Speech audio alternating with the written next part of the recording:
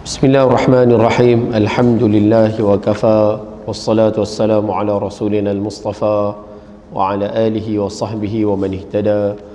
Allahumma ja'al jam'ana hadha jam'an marhuma wa tafarruqana min ba'dihi tafarruqan ma'suma wa la hawla wa la quwwata illa billahil aliyyil azim. Qala Allah Ta'ala fi kitabil aziz, a'udzu billahi minasyaitonir rajim. Yarfa'illahu alladhina amanu minkum walladhina utul ilma darajat. Sadaqallahul azim. Alhamdulillah, kita rafa'kan kesyukuran pada Allah Subhanahu wa taala.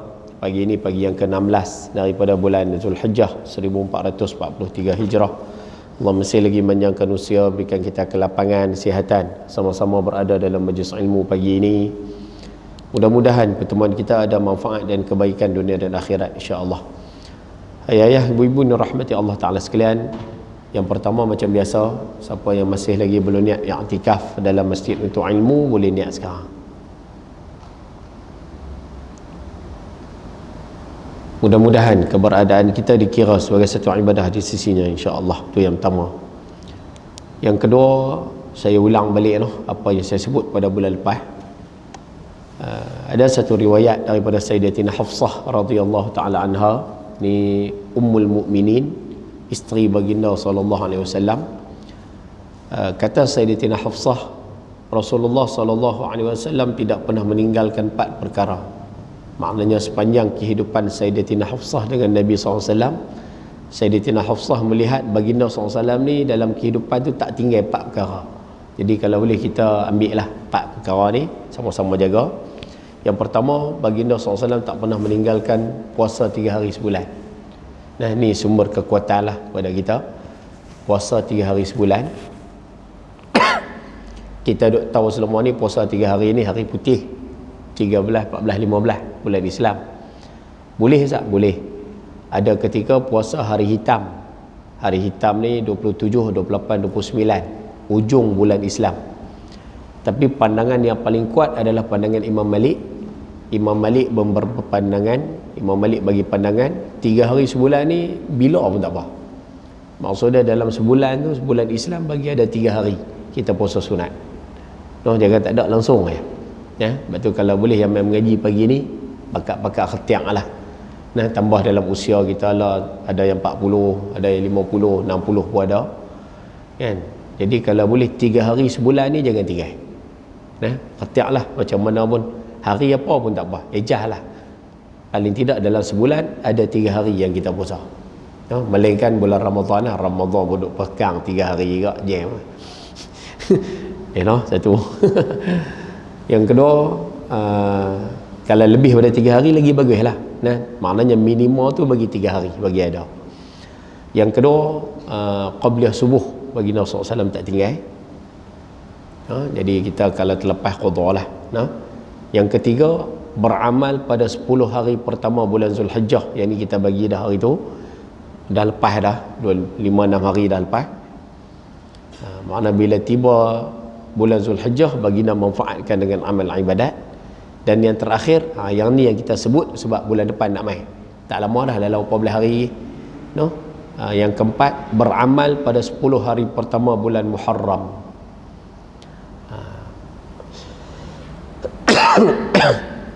Maknanya dalam tempoh masa lebih kurang 12 atau 13 hari lagi kita akan menempuh bulan Muharram 1444 Hijrah, tahun baru. Jadi kalau boleh 10 hari pertama tu manfaatkanlah dengan kebaikan. Mudah-mudahan Allah Ta'ala berikan kita kebaikan yang banyak sepanjang kita hidup atas muka bumi ini, insya-Allah. Baik, ayah-ayah, ibu-ibu yang rahmati Allah Ta'ala sekalian, selesailah tu sebagai mukadimah. Pagi ni insya-Allah kita sambung kembali perbincangan kitab kita. Kita nak tengok tentang kitab 40 hadis pilihan susunan Ustaz Haji Abdullah bin Haji Abdul Wahab, wa nafa'ana bi ulumihi wa bi kitabihi fi daraini amin ya rabbal alamin. Yang mana kitab ni menghimpunkan hadis-hadis yang membicarakan tentang ilmu kemasyarakatan, ilmu yang membicarakan tentang hubungan sesama manusia, ilmu yang membicarakan tentang cara kita nak menguruskan manusia. Dan pagi ini kita nak sambung muka surat yang ke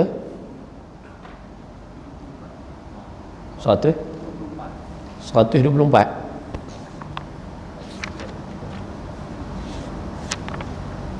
Bukan baca dah tajuk tu. Tak lagi no? 124 tajuk 33. Oh, ya kah? Saya tengok kan di sini baca sampai tajuk ke 38 lah. Oh, ya kah? Alright. Baik.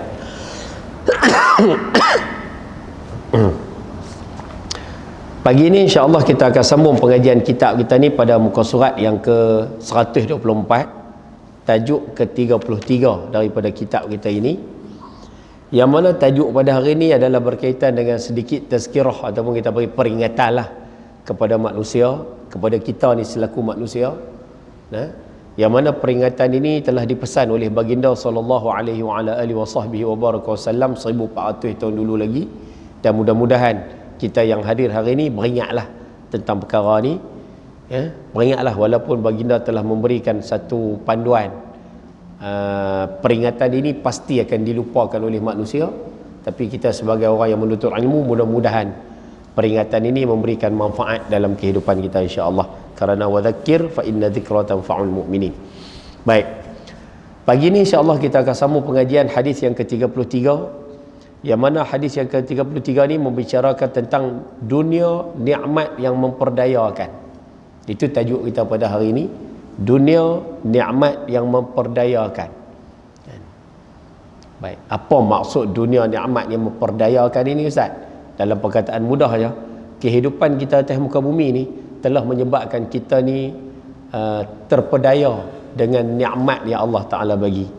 Kehidupan kita atas dunia ni menyebabkan kita mengabaikan dua nikmat besar yang Allah Ta'ala bagi pada kita. Disebabkan kalut dengan dunia, dua nikmat besar yang Allah Ta'ala bagi ni kita abaikan, kita terlepas pandang, kita biar terlalu macam tu ya.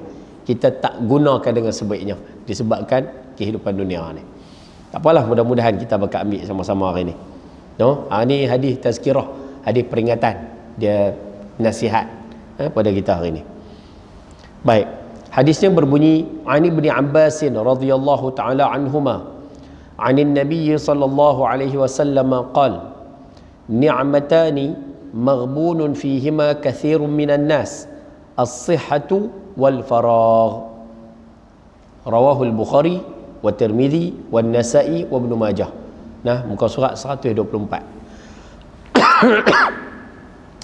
Daripada Ibnu Abbas radhiyallahu taala anhuma, daripada Nabi sallallahu alaihi wasallam katanya, yakni sabda baginda, dua nikmat yang ramai orang terpedaya dengannya ialah sihat dan masa lapang.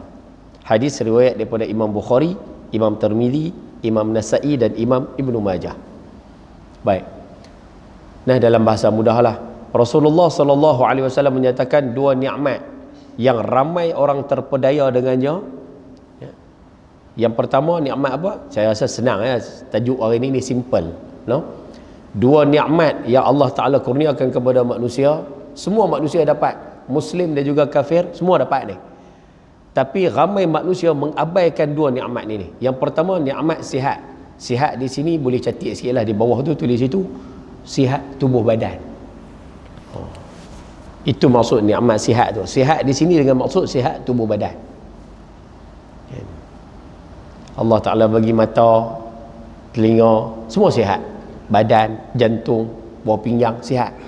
Rupanya nikmat sihat yang Allah Ta'ala bagi tu, manusia tak gunakan dengan sebaiknya waktu dia sihat tu. Itu maksud nombor satu. Dengan maksud bila hilang nikmat tersebut, baru dia pulun menyesal dengan kehidupannya. Yang kedua, masa lapang. Masa lapang ni dalam kitab dia tulis faragh, masa lapang. Dalam buku kita pun dia tulis masa lapang, masa kosong. Tapi ayah boleh buat catatan sikit di buku tu, tulis kat masa lapang tu, yang pertama tulis masa yang kosong. Dan maksud dia masa yang kita tak kalut, masa kosong. Tapi poin yang ataupun terjemahan yang saya rasa lebih menarik untuk saya kongsi hari ni, apa yang pernah disebut oleh almarhum Tuan Guru Abdul Aziz Ni'mat. Waktu beliau membacakan hadis ni, beliau sebut berkaitan dengan sihat tu satu, sihat tubuh badan. Tapi faragh tu dia terjemah, dia tak terjemah masa lapang, dia terjemah kesempatan. Nikmat yang manusia rajin buang ni, nikmat yang manusia tak ambil manfaat betul-betul ni. Yang kedua adalah nikmat kesempatan. Contoh macam inilah, bagi senang. Allah Ta'ala bagi kesempatan kita muda, tapi kita tak gunakan masa muda tu dengan baik. Tuhan bagi kita ada kesempatan, ada masa Tuhan bagi kita kaya, tapi tak guna masa kaya tu dengan baik. Allah Ta'ala bagi kat kita kesempatan buat kebaikan. Contohlah, Allah Ta'ala bagi rezeki boleh pergi Mekah, buat umrah, buat haji. Contohlah ambil buat haji, 50 hari duduk di Mekah tu.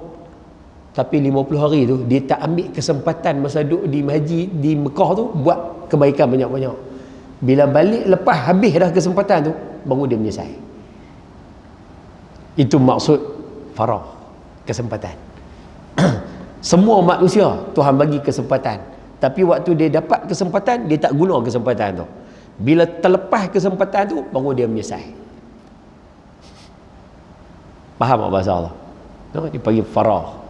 Dan ada terjemah masa kosong, ada yang terjemah kesempatan. Dan inilah dua nikmat yang semua manusia abaikan. Ya, sebab tu kita yang mengaji hari ni pun kita naknya mengabaikan benda ni, tapi kita pakat-pakat beringatlah. No, insya-Allah. Baik, cuba tengok huraian. Huraian poin nombor 1 ni, pengarang kitab kita ni ulas sikit tentang maksud nikmat. Apa maksud nikmat tu, Ustaz? Kan? Nikmat, apa maksud nikmat tu? Naimah tu. Baik. Yang dimaksudkan dengan nikmat ialah, yang kata nikmat ni apa? Kan dalam hadis sebut dua nikmat. Nikmat tu apa maksud dia? Yang dimaksudkan dengan nikmat ialah keadaan ataupun suasana hidup yang baik yang dilimpahkan Allah kepada hamba-Nya. Apa-apa suasana ni, apa saja keadaan yang Allah Ta'ala bagi pada manusia, yang mana keadaan tu manusia rasa baik, itu adalah nikmat daripada Allah Ta'ala. Ayah-ayah yang ada di sini, Allah Ta'ala bagi suasana yang kita senang, seronok, gembira. Apa saja suasana yang kita dapat, itu sebenarnya nikmat. Apa saja perasaan baik yang kita dapat, itu nama dia nikmat. Apa saja keadaan yang bagi kita rasa baik, itu nama dia nikmat. Tak kira lah apa, ada setengah orang dia dapat duit banyak, dia kata oh ni nikmat daripada Allah. Okey, dia gembira dengan harta yang banyak. Ada orang dia tak perlu pun harta yang banyak, dia boleh tidur lena, itu pun nikmat. Dia tak ada pun harta banyak, tak ada Ustaz, tapi dia boleh pejam mata lena, itu nikmat. Ada orang Allah Ta'ala bagi anak 5 Ustaz, tapi 5 tu tak menyusahkan dia, itu nikmat lagi dah. Dia tak perlu harta. Kadang orang nampak harta, itu bukan harta, tapi anaknya tak menyusahkan dia, itu nikmat. Ni boleh main mengaji, ini nikmat. Jadi bila sebut perkataan nikmat ni, apa saja suasana yang baik yang Allah Ta'ala bagi, itu namanya nikmat. Okey, selesai. Contohnya, ni pengarang kitab kita buat contoh. Dia kata contoh, tapi contoh-contoh ni semua contoh habuan dunia lah, kan? Tak apalah. Misalnya contoh, seorang fakir yang dikurniakan Allah rezeki yang boleh mengatur dan memperbaiki hidupnya, itu nikmat. Ya, orang miskin dapat harta, kaya, boleh atur hidup, nikmat lah tu. Atau seorang jahil yang dikurniakan Allah ilmu pengetahuan yang memungkinkan mendapat pekerjaan yang boleh menyenangkan kehidupannya, itu pun nikmat. Kan? Orang jahil mengaji, ada ilmu, kemudian dia boleh cari kehidupan dengan ilmu dia, itu pun nikmat. Atau jiwa yang gelisah yang digantikan Allah dengan jiwa yang tenang dan damai, itu juga nikmat. Jiwa tak serabut, jiwa tenteram, jiwa tenang, itu juga nikmat. Semua ini adalah nikmat-nikmat. Kan? Demikian juga seorang yang diberikan Allah suami ataupun isteri yang baik, Allah, tu pun nikmat rupanya. Kan? Ayah-ayah dapat bini bagus, tu nikmat tau. Ibu-ibu di belakang dapat laki bagus, tu nikmat tau. Dah Ustaz, laki saya Ustaz, dah tak? Kalau kata dia tak merapu, kira alah takak perangai sikit-sikit tu biasalah. Bini perangai sikit-sikit tu biasalah. Laki perangai sikit-sikit tu biasalah. Tapi kami hidup dengan dia Ustaz, tak seperti orang lain Ustaz. Orang lain dengan laki curang, orang lain dengan bini nusuh, kami tak ada lah bab tu Ustaz. Perangai sikit-sikit tu, itu nikmat tu. Nikmat. Itu juga disebut sebagai nikmat. Baik. Demikian juga seseorang yang diberikan Allah suami atau isteri yang baik, yang bertanggungjawab dan amanah, nikmat. atau seseorang yang dihadiahkan zuriat keturunan yang menjadi kemegahan dan kejayaan kepada keluarganya, dapat anak bagus, itu juga nikmat. Semua ini adalah antara contoh-contoh orang yang diberi nikmat oleh Allah, iaitu orang yang mendapat suatu keadaan yang memberinya rasa bahagia, aman, tenteram dalam hidup. Itu namanya nikmat. No? Dan ayah boleh buat catatan kat buku tu, tulis kat situ, nikmat ini subjektif. Tulis tu.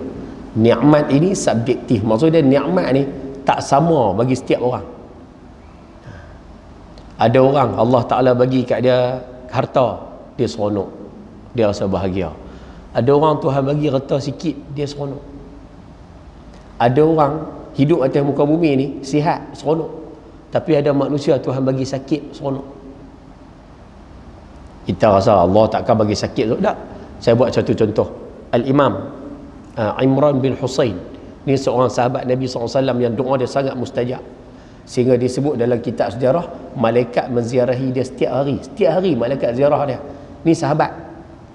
Tapi kalau pasal doa dia mustajab, siapa mari kat dia semua dia doa. Tapi dia lumpuh.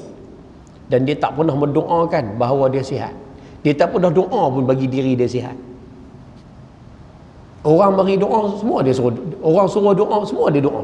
Dan doa dia mustajab. Tapi dia tak pernah doakan diri dia sembuh daripada sakit yang dia hadapi. Sebab apa? Baginya sakit itu nikmat. Kita tak lepas api pada tahap tu. Lepas cerita lah. Rupanya tu yang saya kata tadi, nikmat dia tak sama setiap orang. Sebab tu kita jangan ukur nikmat yang kita dapat dengan nikmat yang orang lain dapat. Kan? Kita nikmat yang Allah bagi, Ta'ala bagi pada kita, manfaat kalau nikmat kita tu. Boleh dapat saya kata tu. Jangan duk tengok nikmat orang. Jangan duk bercakap bagus dia tu dapat macam-macam tu, aku tak ada. Jangan. Nikmat ni subjektif. Tapi antara nikmat lain, nikmat besar, nikmat Islam. Tu nikmat besar tu. Islam ni nikmat cukup besar. Allah Ta'ala bagi seseorang tu kenal ajaran Islam. Tu nikmat cukup besar. Nikmat iman cukup besar. Tapi nikmat Islam akan dirasakan nikmat bagi orang yang faham. Orang yang faham dia akan rasa Islam ni nikmat. Syukur Tuhan bagi aku Islam. Cuba kalau bayar aku beranak-beranak, kalau pak aku wal-ayazubillah, contoh lah, aku beranak-beranak daripada kecil tu, beranak-beranak, pak calik 3, mak ada 1. Tak, benda ni bukan kita boleh hitung. Cuba bayang kalau kita beranak, pak kita macam tu, mak kita macam tu. Kemudian pula kita dibesarkan dalam keluarga tu hari-hari Islam jahat, Islam jahat, Islam jahat. Ni saya tak kata kat siapa, dia secara umum kita ambil pengajaran ni. Diajak pula Islam jahat, Islam jahat. Pergi di sekolah Islam jahat, balik di rumah Islam jahat. Jangan duk kawan dengan orang Islam. Agak-agak kalau kita lahir dalam keluarga yang macam tu, kehidupan macam tu, agak-agak Allah kita duk nak.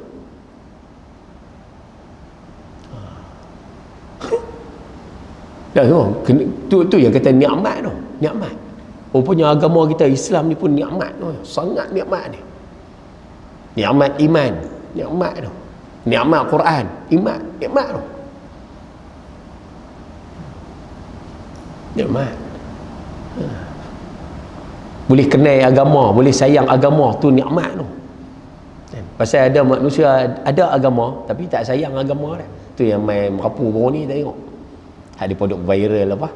Hak perempuan tu cakap 15 juzuk apa semua, lelah kali cabut tudung, buang kain, buang apa, contohlah. Ni contoh kami pengajaran. Saya pun malas nak blame dia apa, tapi cara dia buat tu memang tak kena lah, cuma kita nak ambil pengajaran bagi ni. Dia beragama Islam tapi Tuhan tak bagi kat dia nikmat rasa manis berada dalam agama Islam.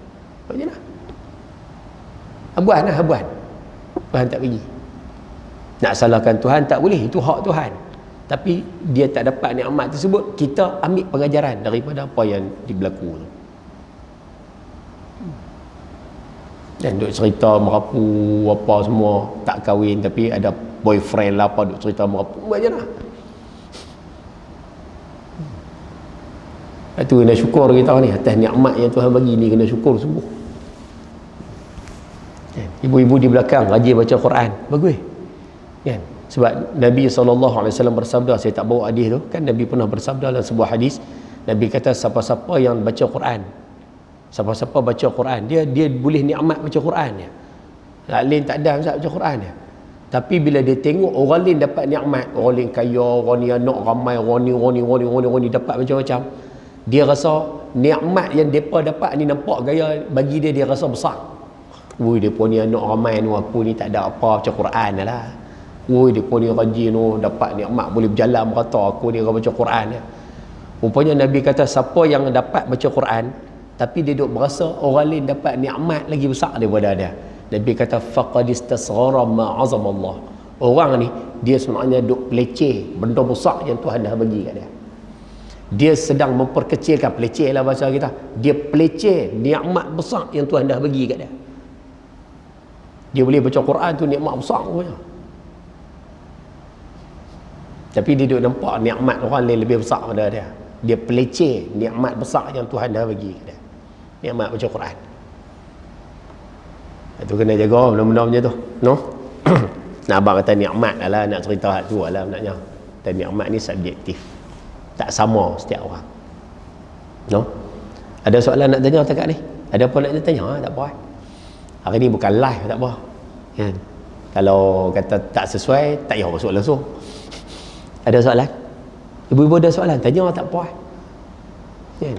Kau nak tanya main mengaji ni nikmat Ustaz, main mengaji ni nikmat pasal bukan semua orang Tuhan pilih. Kan?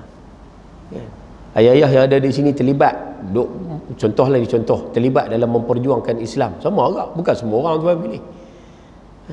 Orang yang nak pegang khazanah Tuhan atas muka bumi ni bukan semua orang. Orang yang Tuhan pilih ya. Alam Tuhan pilih, ada orang jaga Quran yang Tuhan punya. Quran tu milik Allah Ta'ala. Allah Ta'ala pilih orang tertentu je hafal Quran. Hadis Nabi SAW, orang tertentu je Tuhan pilih hafal hadis, bukan semua orang. Kira setiap khazanah Tuhan atas muka bumi ni Tuhan pilih penjaga-penjaga dia. Maknanya semua perkara ni Tuhan pilih. Sebab tu bila kita diberikan nikmat perkara tersebut, jaga elok-elok. Saya Tuhan tak bagi semua. No? Baik, cuba tengok poin nombor 2. Poin nombor 2, siapa ada kitab boleh tulis sikit lah kat tepi buku tu. Tulis tu, inilah sifat manusia. Tulis siap pun tak apa. Baik.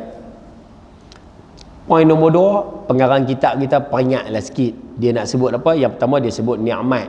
Okey. Oh, sebut nikmat, lupa tu satu benda. Saya ada jumpa tak tahulah ada orang dia teringin nak buah anak ada nama Muhammad Ni'mat. Baguslah Ni'mat kan, Muhammad Ni'mat. Tapi dia nak buat bagi rare sikit. Bila rare kan Ni'mat, N-I-K-M-A-T, Ni'mat. Okey lah. Kalau ejaan Arab nun ain mim ta ain, Ni'mat. Okey lah. Tapi dia nak buat bagi rare sikit. Dia nak tukar daripada Ni'mat N-I-K tu, dia nak tukar jadi N-I-Q. Muhammad Ni'mat. Rare sikit kan? Kalau ejaan Arab dia nun ain mim ta ni'mat, tapi kalau baca nikmat maksud dia nun qaf mim ta nikmat. Sedangkan nikmat ni maksud dia lain tau. Nikmat maksud dia benda baik, maksud dia benda baik yang diberikan nikmat. Tapi kalau nikmat maksud dia benda buruk, ataupun kita terjemah dalam bahasa kita lah celaka. Lari satu huruf ya, makna lari tu. Dan tu kalau nak buah nama anak yang ada orang mereka merapik kan. Tanya orang tu. Nak buah Muhammad Nikmat. Oi, nikmat tu maksud dia benda buruk lah, benda tak elok. Lari satu huruf ya, ain dengan qaf ya, makna terus lari. You know, sebab tu kena jaga. Baik, sambung, selesai. Ada soalan? Tak ada no. Tajuk hari ni nak buat macam mana? Tajuk macam ni. Tajuk tazkirah, tajuk beringat betul lah. Baik. Poin nombor 2. Manusia selalu lupa dan lalai mengingat siapa yang berhak untuk diingati. Inilah sifat manusia. Manusia ni dia selalu lupa siapa yang bagi. Kan? Dalam surah Sabah Allah Taala sebut siap-siap dah. Quran dah cerita lama dah. Wa qalilun min ibadiyasy syakur. Tuhan kata hamba aku hak jenis bangsa reti terima kasih ni sikit sangat. Sikit sangat hak reti terima kasih ni. Hak selalu banyak Ustaz lupa, dapat nikmat lupa, dapat nikmat lupa. Hak tu biasa manusia. Kan? Ia tidak mahu bersyukur di atas nikmat yang dinikmatinya dan lupa kepada Allah yang mengurniakan nikmat itu. Itulah sifat manusia. Dia lupa kepada Mun'im, pemberi nikmat. Setelah mendapat nikmat, manusia selalunya sombong, bongkak dan mengingkari nikmat Allah Ta'ala. Manusia sama ada Muslim ataupun kafir, sama bila dapat nikmat kurniaan Allah Ta'ala, dia lupa pada Tuhan. Orang kafir, orang Islam lupa cara orang Islam lah. Orang kafir, dia lupa cara orang kafir. Tuhan bagi nikmat, kau tengok. Ni kita buat contoh lah. Jangan marah lah. Kerajaan negeri Pulau Pinang. Ayah-ayah baru ni di Pulau Pinang, ayam ada. Baru ni ada satu hari ayam tak ada kan. Saya sebut macam ni, jangan marah lah. Banjir tu jadi di Bali tu, di Ibui. Boleh jamak ni, daripada pulau ni boleh pergi Bali tu, boleh jamak tu. Banjir tu jadi di sana. Tapi orang Pulau Pinang ayam tak ada. Bukan ayam tak ada lah, maksudnya kena catuan. Jadi ada gangguan. Padahal bukan layak jadi sana. Yang banjir tu jadi di Ibui tu. Tapi sini ayam tak ada. Tu yang kata nikmat Tuhan ni kena jaga elok. Tuhan tegur sikit je. Patutnya kalau ayak tak ada di sini jadi banjir pokok ni lah teruk. Betul lah. Kan? Kalau jadi ayak tu jadi dibaling, banjir tu dibaling, patut baling lah teruk. Okey lah. Yang tu biasa. Tapi tak, banjir tu dibaling. Ayak apa, kepala ayak apa semua isu-isu tu lah, tak apalah. Nak sebut kata jadi tu dibaling. Tapi sini yang teruk. Seberang Ustaz, seberang teruk tak, tapi sini yang teruk. Padahal lintas jambatan selang dengan laut, tapi sini yang teruk. Tu yang kata Tuhan tegur, tu teguran lah. Kalau orang kata Ustaz ni kes betul lah, bencana alam ke apa ni semua ketentuan Tuhan. Tuhan tegur lah tu. Tu buat begini. Tu yang kerajaan Kedah duk minta duit kan, dulu kita duk tengok dalam surat khabar. Kerajaan Kedah minta 50 juta setahun, 50 juta setahun. Minta tu pasal apa Ustaz? Pasal mereka di Kedah duk urus hutan tu kena jaga. Baru ayak boleh bertakung elok. Ayak tu boleh turun mai ke Sungai Muda ni, turun mai Kedah pakai, Pulau Pinang pakai. Jadi hutan dekat Ulung Muda tu kena jaga bagi elok. Jadi kerajaan Kedah kata takkan kami jaga seorang. Ayak tu Kedah pakai, Penang pakai. Jadi kerajaan Kedah minta sikit kat Pulau Pinang. Banyak Pulau Pinang tak mau bagi. Bahasa mudah dia macam tu lah. Kan? Dia tak bagi, lah cuba tengok. Hari tu rakyat tak banyak yang tahu. Lah ni bila banjir tu jadi di Bali, Pulau Pinang tak ada ayak, lah jadi kalau. Memanglah kita Pulau Pinang ni ambil ayak di Kedah, itulah jawapan dia. Kedah teruk, kita teruk. Tapi tu soalannya, kalau Kedah dulu buat kotlah kerajaan Kedah cari pasal sikit, dia kacau sikit ayak Allah sana, kita di sini teruk. Apa? Patut sama-sama jaga. Dan kita bukan nak blame mana-mana pihak, tapi macam tu lah. Dan itulah yang berlaku. Tuhan kata nikmat kena jaga elok.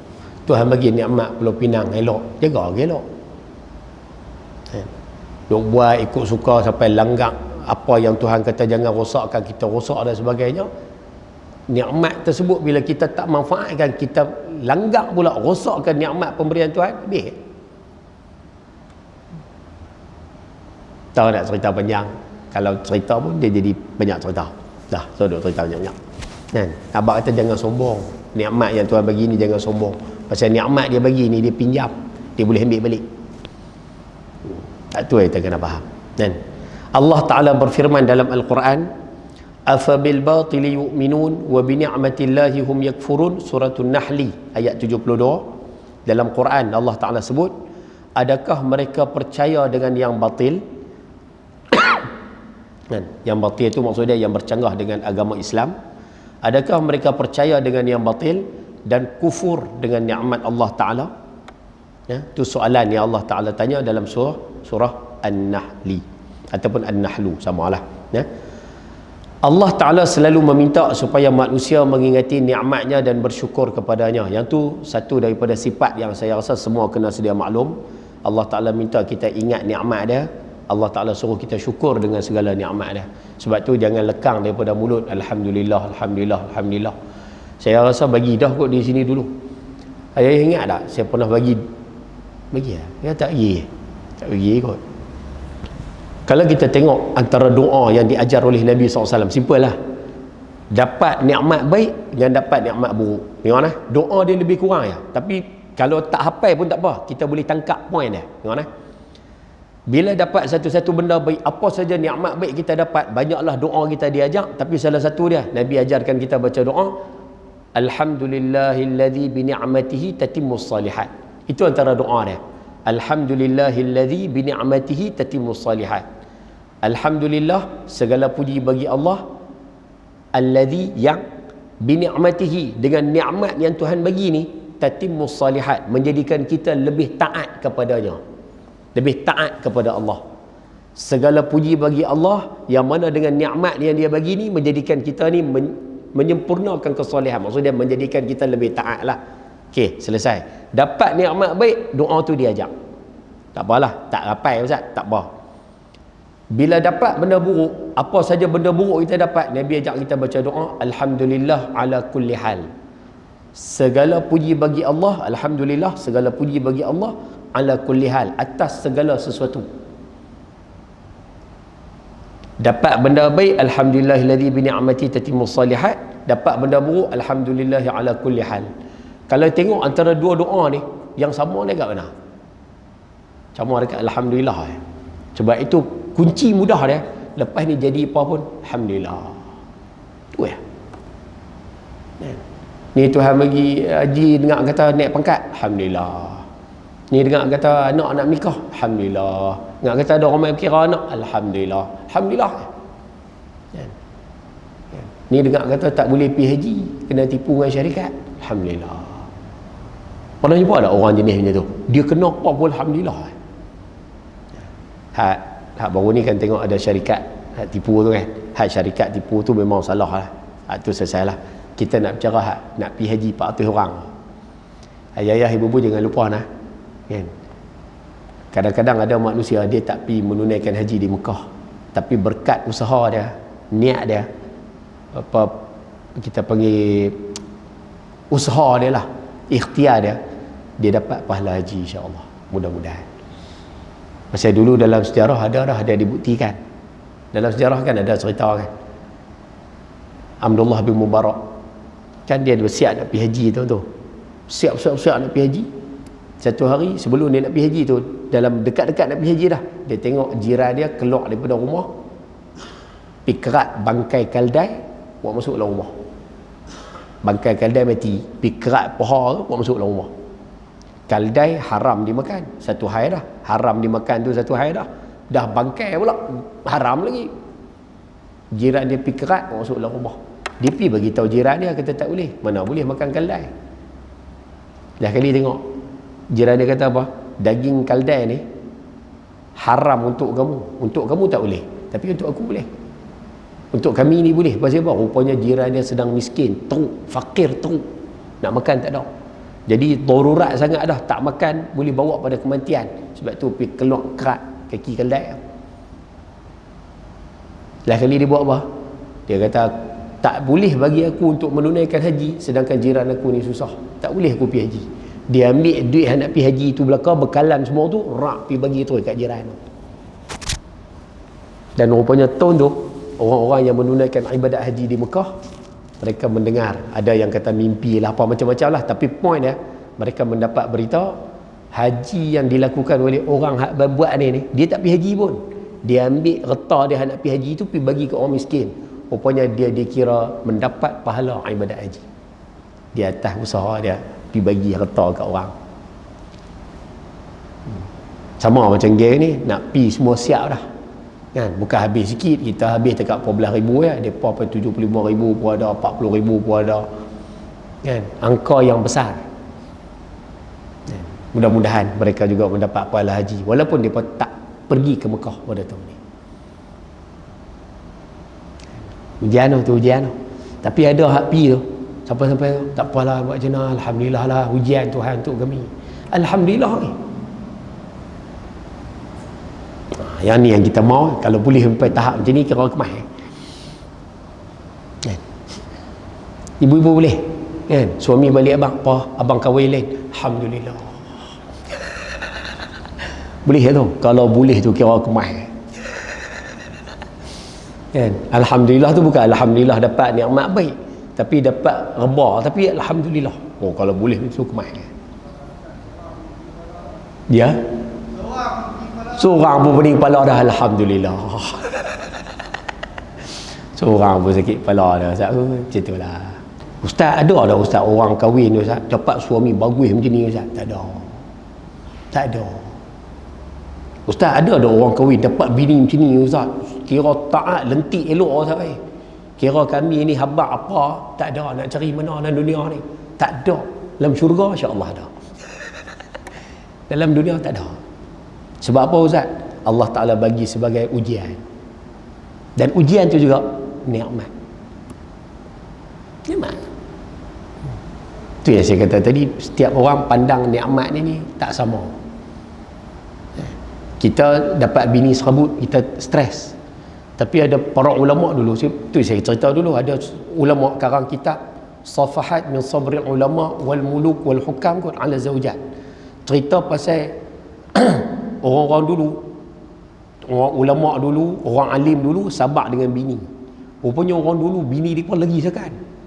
Ada yang balik rumah, balik dah, apa nama kaki perempuan ni, kaki perempuan dia kata kat lelaki dia, padahal lelaki dia orang alim. Balik dah ni penzina ni, bini dia kira mi petik lah, nak kata apa. Bila ditanya boleh anak murid dah, Tok Guru tak cerai buang je lah, Tok Guru cari banyak lagi perempuan bagus. Tahu Tok Guru tu kata apa? Dia jawab simple lah. Dia kata kalau aku ceraikan dia boleh, tapi nanti kalau dia kahwin dengan orang lain, dia akan sakitkan orang lain pula. Jadi biar dia duduk dengan aku tak apa, dia sakitkan aku seorang tak apa. Ada orang alim seorang cerita di Yaman, bini ni hari-hari beletiak hari-hari, sampai bini lelaki ni tak tahan, lain kali lari masuk dalam gua. Dia bukan cerita hak lelaki buh bini dalam telaga beletiak, lain kali hantu pun keluar, bukan cerita tu. Hak tu pun ada dia kata aku duduk aman dalam telaga ni, tengok siapa dia tau masuk tadi, duduk beletiak lah ni, aku tak tahan, hantu pun lari keluar. Bukan hak tu. Hak tu tak tahu lah kan cerita orang tu pun. Ya. Sorau dia pula. Hantu pun lari tu. Tak apa. Ulama ni hari-hari bini ni, mungkin cerita ni boleh ambil semangat paling tidak pujuk kita. Kita pun ambil bagi pujukan lah, pujuk hati. Duk kena beletiak hari pang tak tahan dah kali masuk dalam gua. Rupanya bila duduk dalam gua, duduk senyap dalam gua, tiba-tiba ada rombongan lalu. Rombongan ni bila sampai dekat tempat depa duduk dalam gua, depa tak tahu kata ada satu orang alim duduk dalam gua tu. Depa duduk dekat pintu gua tu sambil duduk makan. Masa nak makan doa, ya Allah, dengan keberkatan Tuan Guru sekian-sekian ni, orang alim sekian-sekian ni, ya Allah, kau bagilah kami kemudahan duduk dalam gua ni. Kau bagilah kami makanan. Tengok-tengok tu ada makanan. Adalah buah ke apa, ada makanan. Jadi orang alim ni bila dia tengok-tengok, depa ni doa sakan ni, depa doa kepada Allah Taala dengan berkat orang alim sekian-sekian ni, tengok-tengok makanan ada. Kemah ni. Lahir ni orang alim ni pergi jumpa dengan musafir yang duduk kat tepi gua tu, tanya, kamu tadi ni mai pada mana? Ni tadi kamu berdoa, kamu sebut nama siapa? Tengok kamu berdoa, Allah Ta'ala bagi makanan pada kamu ni. Doa mustajab, doa musafir dah mustajab. Doa dengan berkat orang alim. Tahu musafir tu kata apa? Kami ni berdoa di tempat kami diajak bila berdoa ni, berdoa kepada Allah, minta kepada Allah. Tapi kami sebut dengan berkat nama orang alim sekian-sekian ni. Rupanya orang alim tu, nama hak menyuruh dalam gua tu, nama dia.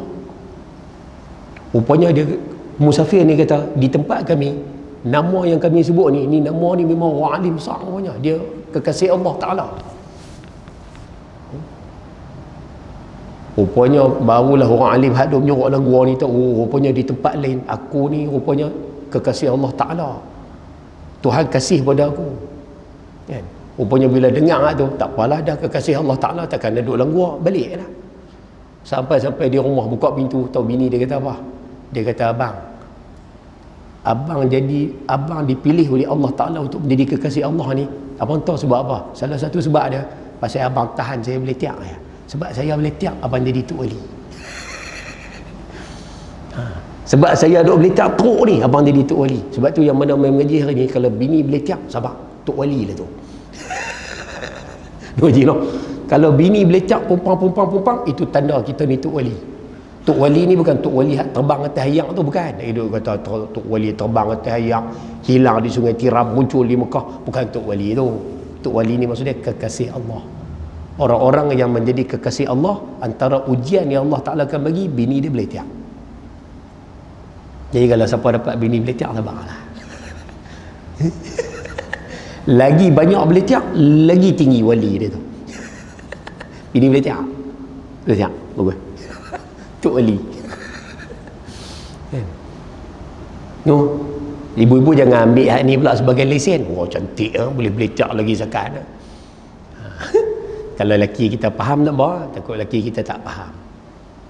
Dia tak faham, maka roti canai je dah. Balik awal kan. Tengok orang lah lelaki tu macam mana kan. Baik, balik pada tajuk sambung. Johor tajuk pergi sampai ke situ. Allah Ta'ala berfirman, habis. Bersyukur merupakan ibadat dan pengabdian diri kepada Allah. Nanti kita tengoklah dalam bab 38, 39 nanti kita akan mengaji sikit hadis tentang bab syukur. Ujung-ujung kuliah, ujung-ujung kitab kita. Untuk ini Allah Ta'ala mengingatkan bahawa manusia akan mendapat balasan yang buruk jika mengingkari nikmat yang diberikan kepadanya. Allah Ta'ala berfirman, washkuru ni'matallahi in kuntum iyyahu ta'budun. Syukurilah nikmat Allah kalau hanya dia sahaja yang kamu sembah. Maksud dia di sini, ni soalan ni Allah Ta'ala tanya ni. Allah Ta'ala kata, kalau hampa sembah aku, syukurlah kat aku. Syukurlah pada aku kalau hampa sembah aku. Walaupun ayat tu berbentuk pertanyaan, tapi dia bukan ayat pertanyaan lah. Dia berbentuk penyataan. Baik, poin nombor 3 habis lah. Poin nombor 3 ni kita nak tengok sikit dua nikmat yang manusia selalu buang. Yang ni kita ambil pengajaran lah. Hadis hari ni hadis peringatan ya. Nak peringat kita aja, keadaan apa. Nikmat sihat ialah, yang kata nikmat sihat yang manusia selalu buang ni, selalu abaikan ni, nikmat sihat ni nikmat apa? Kita tengok. Nikmat sihat yang dimaksudkan dalam hadis ini ialah sihat tubuh badan. Yang kata sihat ni sihat kat mana? Sihat tubuh badan. Dan selamat daripada penyakit. Rupanya tu nikmat Ustaz. Nikmat sihat ni nikmat selamat pada penyakit itu juga nikmat. Ramai manusia yang lalai mengingat Allah sewaktu badannya sihat. Waktu badan sihat, ramai orang lupa pada Tuhan. Tak mau guna kesihatan untuk manfaat pada Allah Ta'ala, tak mau buat amalan, tak mau buat ibadat, tak mau guna untuk kebaikan. Tetapi tersedar setelah ditimpa sakit dan lemah tak berdaya. Tapi bila tak larat, barulah menyesal. Biasalah manusia. Orang-orang yang seperti ini adalah orang yang sia-sia mendapat nikmat tubuh badan yang sihat. Sia-sia. No? Harus disedari bahawa semua orang kena sedang. Kesihatan bukanlah sesuatu yang kekal, suatu keadaan yang kekal. Sihat ni dia bukan kekal dengan kita sampai bila-bila. No? Sihat ni Tuhan bagi saat. Bila habis masa selesai Tuhan bagi, Tuhan tarik. Bila tarik sihat, kita sakit. Hak tu biasa, semua orang sama. Sihat ni bukan sampai mati dah. No? Baik. Harus disedari bahawa semua orang kena sedar bahawa kesihatan bukanlah suatu keadaan yang kekal. Ia mendatang dan menghilang. Dia mai, lepas tu dia hilang. Apabila hilang kesihatan, bila sihat ni hilang, bererti orang telah kehilangan peluang dan kerja untuk kehilangan peluang dan tenaga untuk bekerja. Siapa yang ada kitab atas bekerja tu tulis itu beramal. Bila tenaga dah tak ada, bila sihat dah tak ada, nak beramal payahlah. Itulah. Dengan demikian, tentulah tidak bijak, malah dianggap amat bodoh bagi sesiapa yang tidak merebut peluang keemasan yang diberikan ini untuk beribadat dan mentaati Allah Subhanahu wa taala. Siapa tak guna manfaat masa sihat ni rugi ya. Time sakit baru nak pulun, payah. Sebuah hadis lain yang menguatkan hadis ini menyarankan supaya manusia merebut peluang ini dengan menggunakan untuk beramal kebajikan dan kerja-kerja yang mendatangkan faedah. Hadis ini selalu kita dengar ni. Irtanim khamsan qabla khamsin. Saya baca dulu. Sekali saya nak bagi poin yang lain. Kita baca dulu. Irtanim khamsan qabla khamsin. Syababuka qabla haramik. Wa sihhatuka qabla saqamik. Wa ghinaka qabla faqrik. Wa firaruka qabla syaghlik. Wa hayatuka qabla mautik. Rebutlah 5 perkara sebelum menjelang 5 perkara. Yang ni selalu kita dengar. Rebut 5 sebelum main 5. Maknanya apa? 5 perkara yang Allah Ta'ala bagi ni dia tak kekal. Sebab itu Nabi pesan rebut 5 sebelum 5. Sebab dia tak kekal. Yang pertama apa? Muda. Muda ni tak kekal dengan kita muda nah, sebelum tua. Pulun muda sebelum tua. Satu. Yang kedua, sihat sebelum sakit. Maknanya sihat ni dia tak kekal sampai bila-bila. Sampai masa dia akan sakit. Yang ketiga, kaya sebelum fakir, kaya sebelum miskin. Kaya ni pun tak kekal. Sebab tu siapa yang kaya buat kebajikan. Jangan tunggu miskin baru nak buat. Payah. Masa lapang sebelum masa sibuk. Nak menunjukkan masa lapang juga tak kekal dengan kita. Dan juga yang terakhir, hidup sebelum mati. Maknanya hidup sebelum kita mati. Hidup pun dia tak kekal sampai bila-bila. Sampai masa mati. Ini saya rasa hadis ni selalu kita dengar. Cuma kalau ayah rajin, siapa rajin, tepi muka surat 127 bawah tu kosong kan. Kalau boleh tulis sikit, boleh tulis kat buku tu. Nah, nak susun ayat bagi sedap sikit. Sebab dalam hadis Nabi sebut badiru bil a'mali sab'an. Kalau dalam hadis Nabi SAW bersabda badiru bil a'mal, laksanakanlah ketaatan sebelum datang 7 perkara.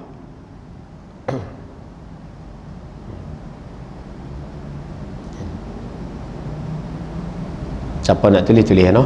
Tulis laksanakanlah ketaatan sebelum datang 7 perkara.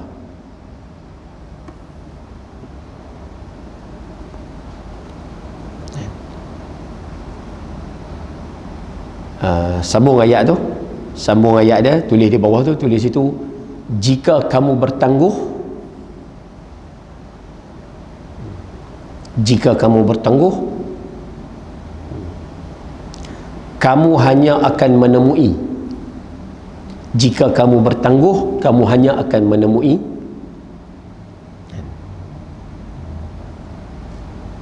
Okay. Apa dia Ustaz? 7 tu. Sebab dalam hadis Nabi sebut macam ni. Nabi sebut badiru bil a'mali sab'an. Laksanakanlah ketaatan sebelum datang 7 perkara. Hal tantaziruna, Nabi kata kalau kamu tunggu, kalau kamu ghalid, dia akan mai salah satu pada 7 ni. Apa dia Ustaz? Nombor 1 tulis kat buku tu. Faqran mansiyan, tulis itu kefakiran yang melupakan. Maknanya kalau tunggu, kalau ghalid duk tunggu Ustaz, tak guna manfaat betul-betul, tak guna betul-betul apa yang Tuhan bagi ni. Nombor 1 sekali Nabi kata takut-takut mai dekat kamu ni. Nombor 1 sekali faqran mansiyan. Faqrun maksudnya kemiskinan, mansiyan yang melupakan kamu daripada Tuhan. Nabi kata pulun buat amal sebelum mai 7 perkara. Kalau duk ghalid dia takut-takut duduk saja-saja, tiba-tiba pak mai miskin. Bila mai miskin tu payahlah, nak pulun payah. 1. Ataupun yang kedua tulis itu, ataupun kaya yang melampau. Nabi sebut ghinan mutriyan. Ataupun yang kedua Tuhan Nabi sebut pulun buat amal kebajikan cepat-cepat. Pasal apa? Takut sekali Tuhan bagi perak kaya mengejut. Ayah-ayah yang main mengaji pagi ni, yang ni saya ulas sikit lah. Ada setengah orang dia faham, Ustaz kami kalau kaya Ustaz, kami senang nak buat ibadat Ustaz. Pasal apa? Tak kaluk cari duit lah, tak kaluk cari reta, kami boleh pulung buat ibadat Ustaz. Sodok mohong lah. Sodok mohong lah. Ibu-ibu di belakang sodok sembang, Ustaz saya kalau kaya Ustaz saya pulung nak buat ibadat. Sodok mohong lah. Mana nak letak firman Allah Ta'ala dalam surah Asy-Syura? Tak silap saya lah surah Asy-Syura ataupun surah Asy-Syu'ara. Surah Asy-Syura kot. Kan Allah Ta'ala sebut law basatallahu rizqa li'ibadihi labaghaw fil ard. Allah Ta'ala kata kalaulah aku bagi keluasan rezeki ni kepada hamba-Ku, kalau aku bagi dia kaya lebih daripada yang dia patut dapat, labaghaw fil ard, dia pasti melampau atas muka bumi. Dalam bahasa mudah dia pasti lawan aku atas muka bumi. Walakin akan tetapi kata Allah, yunazzilu biqadarin ma yasha. Tuhan kata aku bagi pada manusia ni memang kadar dia dah. Aku bagi kat dia ni memang patut padan dengan dia dah. Sebab tu yang main mengaji hari ni, kita punya kekayaan tak sama kan. Pasal ada orang pencen gaji sebulan sampai 4-5 ribu. Tapi kita saya pencen pun tak ada makan boleh lah, tapi pencen tak ada. Rupanya apa yang kita dapat ni padan dah dengan kita maknanya. Sebab tu saudara minta, ya Allah bagilah aku kaya mengejut. Koklah ada siapa boleh bagi 1 juta. Oh duk berangan kan. Koklah ada siapa boleh bagi 10 juta dah. Tak dapat tak apa, dapat kita pasti lawan Tuhan dengan kekayaan tu. Baik tak payah dapat. Dah usah lah, dah apanya Allah Ta'ala sebut dah dalam Quran. Dia buat kita, dia tahu. Dan tu jangan, kalau boleh doa minta rezeki berkat. Jangan ya Allah bagilah aku 1 juta, bagilah 5 juta, bagilah 10 juta, bagilah kalau aku dapat juta-juta aku nak beli rumah semua. Sebab tu lagu tu saya tak pun setuju kan. Lagu apa? Dulu ada satu lagu dia pun nyanyi apa? Kalau aku kaya kan, kalau aku kaya apa, hari-hari hari raya bibil jiran tetangga aku bayar semua. Kalau aku kaya aku bawa mak baca-baca lah. Saya dengar lagu tu pasal dia cengah dengan, tak ada, saya bukan nak komplain lagu tu kan, tak apalah tu lagu, tapi nak sebut Allah Ta'ala sebut dalam Quran kalau kaya manusia semua lawan Tuhan. Sebab tu jangan minta harta banyak, minta cukup. Jangan minta banyak, minta berkat. Yang ketiga, tulis kat buku tu, Nabi kata kalau kamu pulun, kalau tak pulun, Nabi kata takut mai yang ketiga pada kamu. Apa dia Ustaz? Nabi sebut sebelum datang tua, boleh tulis tu, tua yang merosakkan, haraman mufannidan. Nabi kata kalau ghalib takut-takut mai tua. 3. Yang keempat, sakit yang memudaratkan. Nombor 4, sakit. Nabi kata jangan tangguh buat ibadat, buat amalan ni jangan tangguh, cari bekal dia jangan tangguh. Kalau tangguh takut-takut mai hak nombor 4 habis. Apa dia Ustaz? Sakit. Mai sakit habis. Tak ada nombor apa. Hak nombor 5, nombor 5 ni tak payah bincang panjang tulis kat buku tu, mati mengejut. Al-mautul faja'ah, mati mengejut. Mati mengejut tak boleh buat apa. Nombor 6, Ustaz kalau tak mati Ustaz, nombor 6 Nabi sebut Dajjal. Nombor 6 tulis itu Dajjal. Tulis itu sebelum kedatangan Dajjal. Sebab kalau Dajjal keluar, nak pulun tak ada dah.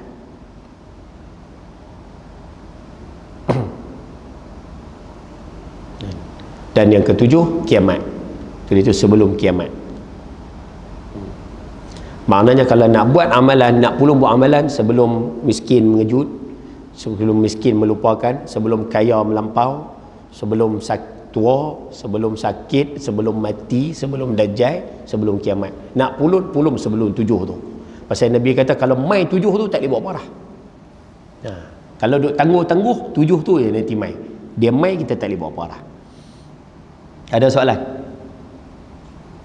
Ada boleh Ibu-ibu yang ada di sini boleh Baik, sambung. Poin yang keempat, perengganlah tu tak payah baca lah. Sihat termasuk 5 peluang tu tak payah baca, saya baca dah tadi kan. Baik, kita habis. Poin yang keempat, masa lapang. Okey. Masa lapang, apa maksud masa lapang? Ini huraian daripada pengarang kitab. Pengarang kitab terjemah masa lapang ni masa kosong. Ya, tadi saya terjemah masa lapang tu dengan kesempatan. Tak apalah, kita ambil masa lapang kosong dulu. Masa lapang ialah, yang kata masa lapang ni apa? Masa yang aman dan sunyi daripada pekerjaan dan urusan. Masa lapang tu tak buat apa, kosong, tak buat urusan apa. Masa ini fikiran terasa aman.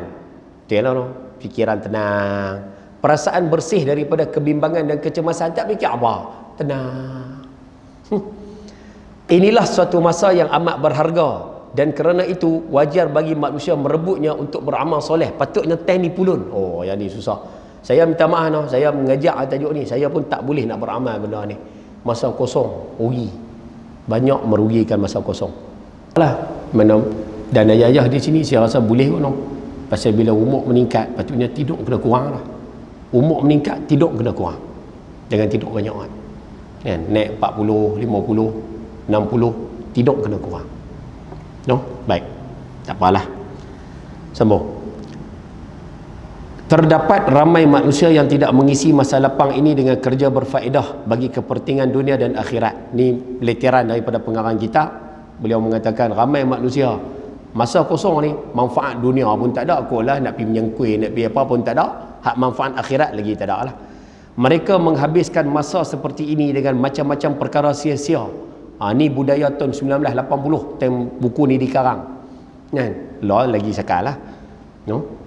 Dengan macam-macam perkara yang sia-sia seperti duduk di kedai-kedai kopi, wadah dah no, lah pun sama no? Mengukur jalan, tu bahasa dia tu, mengukur jalan ke hulu ke hilir. Apa dia Ustaz? No, duk pimai jalan patah balik, patah balik, kadang kerja apa saja berjalan. Lah panggil apa istilah lah?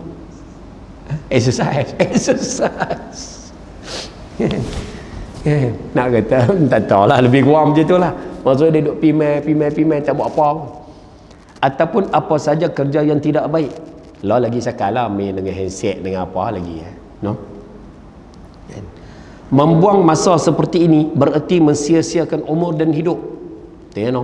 Rupanya buang masa ni seumpama buang hidup Buang masa ni seumpama buang umur. Itu senang bahasa. Orang-orang ini adalah orang-orang yang rugi dan menipu diri sendiri. Mereka tersalah pilih mereka tersalah pilih menukar barang yang mahal dan bermutu. Masa tu mahal, masa tu cukup berharga, tapi dia buang masa tersebut dengan barang yang murah dan tidak bernilai, dengan buat benda-benda tak ada faedah. Susah tajuk ni memang susah bicara. Mengaji memang senang. Buang masa Ustaz, jangan buang masa. Tapi kita kalau perasan, kita banyak buang masa. Tidur saja 8 jam sehari, maknanya 1/3 daripada satu hari tidur. Kalau sebulan 30 hari, maknanya 10 hari tidur. Kalau setahun, maksud dia 4 bulan tidur kan.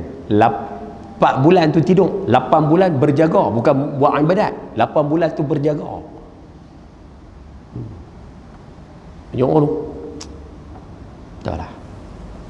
Malah sama-sama ambil pengajaran lah, no? Mudah-mudahan ada manfaat.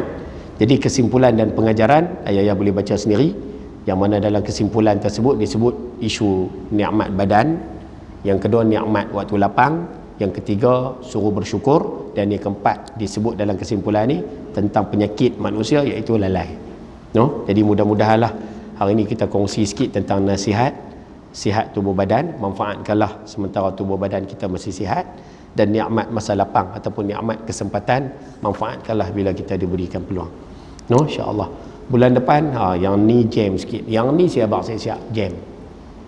Pasal bulan depan kita akan mengaji rupanya penyakit ni merosakkan masyarakat rupanya, no? Apa dia Ustaz? Bulan depan insya-Allah kita akan mengaji tentang tajuk berpada dengan beberapa suap makanan. Rupanya di antara perkara yang Islam suruh jaga ni, umat Islam ni, antara benda yang kena jagalah selain daripada amalan lah apa semua ni, rupanya orang Islam diminta supaya jangan makan banyak. Sebab tu nanti kita bincang sikit lah. Mungkin hak ni tak tahulah, mungkin sukar, tapi rasa kerajaan boleh kot. Tak tahulah, ni saya sebut dulu lah.